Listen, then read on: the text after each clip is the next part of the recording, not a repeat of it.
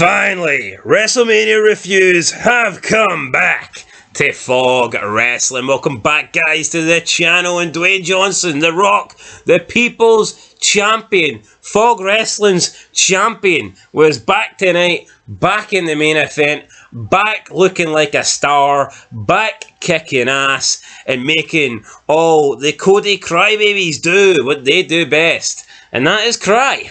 Absolutely, it was Philly and chilly. It was rocky for Cody, and I mean, I don't really want to go as far as saying it was a great main event. I thought it was good. The Rock was great, and then Sami Zayn winning the belt was alright, and the ladder match was good. But I mean, I think apart from that, it was really poor. It was not up to Mania standard. The Rock really saved this show. Yeah, we've seen in previous years how like night ones ended with like a women's match or like the secondary belt. Oh god, I think if a women's match ended this, I mean, yeah, I'd honestly be looking at like a zero because it just did not feel like Mania. I do think some of the ladder match spots were good, but again, it was jobbers. And then Sami Zayn winning was a decent moment because Gunther's finally done, and then like seeing The Rock wrestle for the first time in almost a decade is great, brilliant, fantastic. I think The Rock's that big that if he does come back to the Mania, he needs to do both nights. You need to find a way to put him in both nights, or else that night one will be so fucking lopsided in terms of quality. No, absolutely. So, I mean, that's why I think going forward. And I can't remember what happened on night one 2 years ago, but I remember Austin took on Owens, and I can just guarantee you that boosted night one so much. That's just the effect that you can have when you're a fucking megastar, folks. Yes. Anyway, we will start with the not-so-megastars opening match. Rhea Ripley, Mammy taking on the man, Becky Lynch, opening thoughts here. Now, there was a comment for B-Day Cool saying something about what we said about Becky's attire tonight wasn't what we were saying in another video. So anyway, I don't know what you said about her attire or what I said about her attire, but she doesn't look like the man. She doesn't look even like a woman. She looks like a little girl. Like, she's seriously underweight, getting like to anorexia stages. So maybe she needs to put some weight on, put some beef on. I think that's the only thing I've said about Becky Lynch. As for her attire, yeah, I noticed there was like names and stuff on it, but I didn't spot anything. No, I didn't spot any names, but I mean, the name that's still in the title is Rhea Ripley. I mean, the match. That's the name that matters. I mean, the name on the belt. The match is just a bit bland, a bit dead, a bit flat. There's a lot of matches like that tonight. We got the same band that has sung Rhea Ripley out on WrestleMania, but I think this is I might be right in saying this is the third time I think that they have did a live performance, which is just way too much. I don't mind if it's a good band, like, but fuck me. I'm a crack addict. That's right, I'm a crack addict. Anyway, she wins. Next match, it was the ladder match. Pretty good, fun spots. Yeah, half the teams were jobbers, but it is what it is. I mean, at least none of the jobbers won the belts. Yes, that's what I will say. See if the New Catch Republic or fucking DIY won the belts, man, I'd have been raging. I would have been raging. Imagine that was the two winners. Yeah. And that's your new champions on Raw and SmackDown. Holy crap. This match delivered what it had to do from who was in it. But you're right. See, when I wake up tomorrow, which will be probably pretty soon, by the way, I'm not going to remember a fucking spot in this match. Yeah, there was just nothing spectacular. You know, it was an okay ladder match, some fun stuff in it, but I can't say there was that one spot where you're going to be looking back in years and years and go, that happened at Mania 40. I don't want to bore people, but, you know, the Triangle Ladder match at Mania 2000, you just remember the Jeff Hardy Swanton. You remember Edge and Christian throwing Matt Hardy off the top of the table through the other table. Then, like, SummerSlam 2000, you remember the spear that Edge hits on Lita and she cracks her head. You remember Matt Hardy going backwards through the tables. So all these moments, you remember them? Maniac 7, the spear off the ladder, Bubba Ray and Matt going off the ladder. Crashing it to the side. I mean, I can even the one on SmackDown, the leg drop through the announce table, Benoit getting off injured, Benoit coming back out, then winning it. Even TLC Roulette, I know we watched that more recently, but it's like, there's 4 matches, or 5 matches, I've just named like 3 spots at least for each. That 3 stages of hell match, Michaels and Triple H, the one where he crashes to the 4 tables on the outside. Yeah. That's a really memorable spot. Nothing in this so really memorable, but here. No, but it's not... Awesome truth. And the problem is, though, for me, it's like, they could be considered memorable, but it's the people who's doing the spots. They're not memorable guys. Yeah, I mean, let's be honest. Them. If Johnny Gargano does a move on Tyler Bate, like, have we got any reason to add that to the highlight clips going forward? He may look like Triple H and Shawn Michaels, but I'm not going to remember them like Triple H and Shawn Michaels. Imagine it was Triple H and Shawn Michaels out there having a ladder match, though. Ah, well, it wasn't. Anyway, that was okay. Moving on to the next match, we had just shite for SmackDown. Utter shite. Dominic and Santos Escobar versus Rey and Andrade. I think SmackDown shot the bed tonight. And to make it worse, they had all the wee shitty faction members out with them. So, I mean, we literally had, over the last 2 matches, we easily had about 10 people that do not deserve to be on a WrestleMania. 10 people that don't deserve to be on the main roster. Never mind a WrestleMania spot. Like Legado del Fantasma, Cruz del Toro, or whatever he's called, Joaquin Wilde. I mean, all these fucking bums, man. Tyler Bate and Pete Dunne. Gash. Absolute gash, man. Anyway, we got some American, I don't know, baseballers or footballers come out or whatever, big guys. They got involved. Rey Mysterio won. We didn't get the heel turn for Carlito. Maybe we'll get that at another time. Up next, we had Jimmy versus Jey Uso. I thought this was bad. Yeah, I expected a lot more for this. Would it help if there was a title on the line? I mean, possibly. You know what I think doesn't help them, right? I'm not going to defend them too much, but their match just feels so insignificant considering what's going on with the Bloodline. The Rock's back. They're main eventing both nights. Yeah, like, there's no title on the line, first of all, so you take the title out of the equation, and then it's got no real impact on the Bloodline. It's not even like there's the pressure on Jimmy to win. Because the Bloodline, Roman Reigns doesn't give a fuck if Jimmy wins tonight. The only match that matters is the main event for the Bloodline. Yeah. These two are going to be used as cannon fodder in tomorrow's night's main event. Especially Jimmy. I'm not too convinced Jey will be in it, right? But that's all he's going to be used for tomorrow night. It's almost like tonight's match would have been better for these two if they did a 3-on-3. I get that they're never going to do a 3-on-3. 2-on-2 has to be the way forward for these sort of main event matches. But what chance have they got? I think you can get away with a 3-on-3 if you've actually got a third guy that is... I mean, it already feels watered down enough having it be on 2-on-2. See if you've got 6 Hall of Famers, and I think you can have that.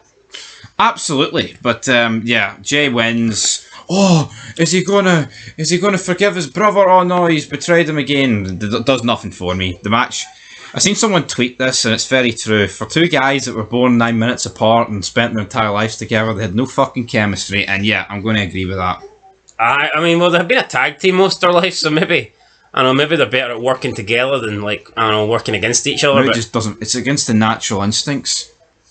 Maybe it just wasn't a good match. You know, it's arguably the worst match of the night considering the expectation levels. Yeah. Anyway. Now, was it worst quality of the night? Probably not. But was it the match I was most disappointed with? Probably yes. So, take from that what you will. Take from that as what you will. We'll move on to the next one, the 6-woman tag team match. I don't even want to talk about this, and I've got nothing against really any of these women apart from Bianca Belair. Yeah, do not like Bianca. You know what? I'm not a big, massive Naomi fan, but I mean, whatever. She's not really treated like a main eventer anyway. I can accept Naomi. The other women, I think Damage Control are jobbers, but I accept their position on the card. You know, I accept that they're just there to be in a faction, and Dakota Kai's there to be a translator. But see Bianca Belair being shoved down our throats as the EST is one of the greatest to do it. Can I accept that? I hate Bianca Belair with a passion. Her and her stupid fucking ponytail. I mean, why does she think she's a god or something for swinging her pony? Like, is that the best she's got? I would actually love someone to give her the Michael P. Hayes treatment. Boom. Plane ride for hell. Snip that fucker off. I'd pay a decent amount of money for that. But as we touched upon at the start of this review... I'll tell you what, though. See if she actually done a hair versus title match. That could actually be important. It could be, but let me just address my point. This tag match and the one with Rey Mysterio, they're not Mania-worthy matches, man. No, they're not. They should have took place on SmackDown. Yeah, why not? Why not? But, well, you know why it is. It's because they want to get these people on WrestleMania. But say what you want. The Andre the Giant Battle Royal warrants well more of a spot than those 2 matches. I can tell you what, there would be a lot of accusations going around if this 6-woman tag team match didn't happen on Mania and it happened on SmackDown. But you could argue with both of them that could happen because you've got a lot of Hispanic community. I know, but they don't really care about the Hispanics as much. Do they not? No, they don't. Racism from Triple H. They don't. Well, they fucking don't. You take Bianca Belair, the so-called EST, and then Jade Carter, and then Naomi brought her back for TNA. See if they were on SmackDown tonight and weren't on the WrestleMania card, there would be people bitching. There would be on Twitter. You know what Twitter's like. When they bitch about anything. You tell me they wouldn't be taking that opportunity to claim. But that's... They would be claiming WWE's racist. 100%. No, of course they would be, but that's Triple H's problem. And I think WWE's just painted itself into a corner now as well with their so-called top stars that they have to put you on Mania. Even if there's nothing really for you, they will stick you on Mania. Bianca Belair was never going to miss Mania. Never going to happen. Never going to happen. Anyway, guys, next match with Sami Zayn dethroning Gunther. The match, I think it got better as it went on. I mean, I think the brainbuster spot was pretty good. He won. Surprise. See, I thought he was going to win because they kept kicking out of moves. So I'm like, I thought Sami Zayn was going to win anyway, to be honest. At the start of the match, I said Sami Zayn. But it went on longer and longer, and it's like, well, you know what? I think he's actually been battered that much. I don't think he is going to win anymore. Because he's fucking... How can he come back after this? But lo and behold... Brainbuster on the top rope, couple of haluva kicks, and we have a new Intercontinental Champion. It probably should feel like a bigger deal than it is, though, and for some reason it doesn't. Now, I don't know if it's because The Rock was in the main event. Like, if this... See, in previous years, I reckon this would have main event at night one. For the fact that Roman Reigns held both titles. Yeah. And they would obviously try to be pushed the Intercontinental title as a serious title. I think in previous, like 38 and 39, I think this main event's night one. Yep, and I feel like that this is obviously worthy of a WrestleMania match, but why give it to Sami Zayn? Is this not like the perfect match? Braun Breaker, buddy. Yeah, you know exactly what I'm going for. Here, see at this stage of the game, maybe Sami Zayn can give you a better match than Braun Breaker, right? Maybe. Can he? Yeah, I'm saying maybe. I think Braun Breaker's fantastic. Braun Breaker, right, is fresh. He should beat Gunther. I mean, when Michael Cole announces this is Sami Zayn's 4th title reign, it almost undoes the 600 and odd days that Gunther just did. Yeah, because like, oh, he's finally won the big one for the 4th time. And you're like, what? You know, but that's what happens when you get dished out. The boyhood dream has come true. For the 4th time, for Shawn Michaels. No, but see that moment, how pissed would that have been if Michaels already held the belt a few times? No, of course, absolutely. Like, see when someone's already held the belt, you can't come out with those kind of lines. No, you anyway, can't. That was that. Sami Zayn won, fair play. Wouldn't have been my first choice, but I'm just glad the belt's off Gunther. It's time for our main event, though. It's time for our main event. It's The Rock and Roman Reigns versus Cody and Rhodes. Cody Rhodes and the other guy, Seth Rollins, that's the one. I mean, look, good match. I enjoyed it. Went on pretty long. Good spots. I didn't like the use of the barricade spot again, but Jesus Christ. I mean, look at this. We're watching the kick, and Bianca Belair comes out again, and she's swinging her hair, and it's all you fucking got. Yeah, I really don't like Bianca Belair. She doesn't have to sit in the fucking middle. And take your fucking glasses off, you spastic. Anyway, let's continue with this. Let's continue. The Rock is The Rock. The Rock looked like he didn't get gas, which I thought was quite mental, but yeah, it's a good match, right? I've seen a lot of people go, 5 stars, best Mania main event of all time. It's just not, alright? No. This was one of those matches, there was no real psychology, or it was just, it's a spot fest. And that's all you get in wrestling nowadays, man. Apart from working Seth Rollins' leg, you're right, there was no psychology. I did like the fact that Reigns speared Rock, that set plant seed there. They were fighting in the crowd, which was good. By the way, guys, it was 11 degrees in the crowd. 11 degrees, a little bit cold there, not very toasty. But I see wrestling matches like very good. See when it's big matches like this, the big main event matches, they don't actually put on great wrestling matches. They just try and get as many spots in as possible and hope that you love it. I think that's what it is. Like, the matches almost feel a little bit disjointed at times. No, you're right. I mean, I thought the double pedigree spot was a good idea, but the execution for Cody Rhodes was horrendous. But it was The Rock. The Rock stole the show here. Roman Reigns felt like a bit part player. He did. Seth Rollins felt like even more of a bit part player. And I think Cody, because, you had The Rock interacting with Mama Rhodes. The Rock does what The Rock does here. We all know he's a million times better than these people that he's in the ring with. He's better than everyone who's there, unless there's someone better than him that I'm not aware that's backstage. But yeah, The Rock can work with these guys, give them a rub, but it just highlights how much wrestling has got worse rather than here. This is actually a great moment for me. It's like, this is what we used to have, and now this is what we've got. Yeah, and you want to enjoy it while it lasts, because The Rock's going to be away soon, and well, tomorrow. And the rest 24 hours is clobbering time. Wrestling's going to be back to being shit, so it's kind of sad, but that's the reality of it, guys. But yeah, good match. Overall, if I had to rate night 1 out of 10, I'll give it a 4. Mainly for the main event, but I also thought the Gunther... It was nice to see Sami Zayn winning. And the ladder match had some fun spots. I'll give it a 4. I think that's a fair rating. I thought it was a poor night, but there was a couple of good things about it. So I'm giving it a 4. Yeah, I think a 4 is a fair grade. I think the main event saved it. I think the ladder match was good. And I like the Sami Zayn victory. But, again, the 2 tag matches, right? See if you got rid of them. I tell you what, see if Gunther retained... just like halfway through the match with a powerbomb, and then the Rock and Roman Reigns come out tonight and says, you ain't facing us, you're facing these guys, and Solo and Jimmy come out, this would be getting a fucking 0 for me, like. Probably minus, to be honest. Imagine the Rock didn't even come out to say it was just Paul Heyman. Ladies and gentlemen, The Rock is The Rock has told me that he ain't coming up tonight, but 4 out of 10, I'm not 4 out of 10, it's alright. yeah. Well, I say alright, man. WrestleMania shouldn't be a 4 out of 10. That's the fucking issue. I'm sitting here saying it was alright. It shouldn't be alright. It should be great. It's WrestleMania. Yeah, and I don't want to hear the whole it's split over 2 nights, because you know what?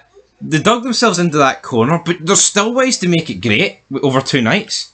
And I think with the main event scene, I think they've achieved it this year. I do genuinely think that.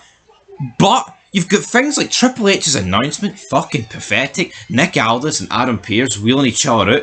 Oh, 17,000, 72,000. So who cares? I don't give a... I don't care, man. I want infallen stories. I want stars. I do not give a fuck how many people are in the arena. See, as long as the arena looks like it's Mania worthy, that's all I care about. Did Bischoff ever come out during his run in WWE and be like, WrestleMania tonight? No, because he was actually too busy being involved as a GM. What is the difference? No, but what did Adam Pearce and Nick Aldis do?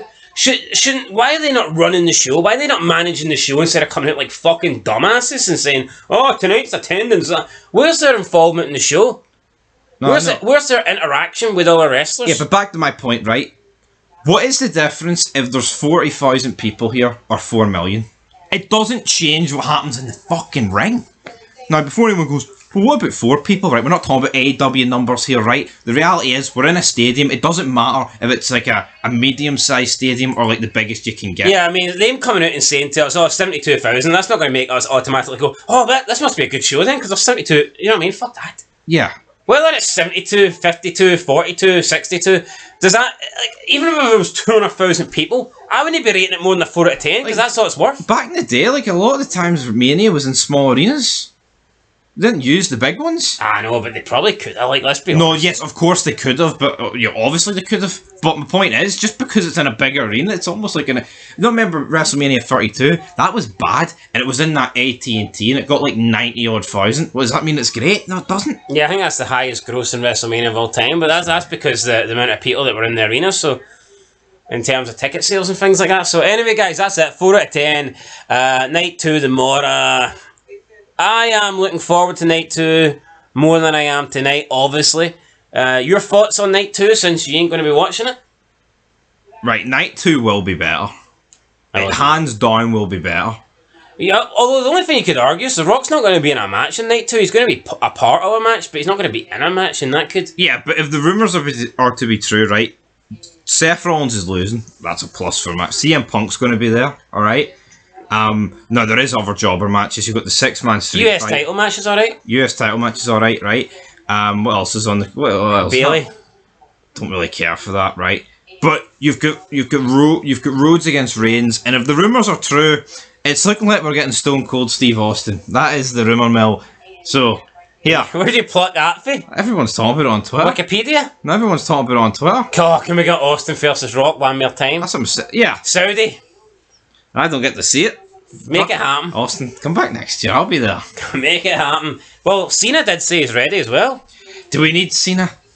Nah, we couldn't beat Souls the Course. What chance have they got beating the fucking Rock? Anyway, guys, that's it. We'll catch you in the next one. Unfortunately, everything they were saying about Cena over the years has kind of come true now. The guy sucks. Can't even beat Jobbo Sikoa. Anyway, we will catch you next time, guys. 4 out of 10. Till next time. Peace.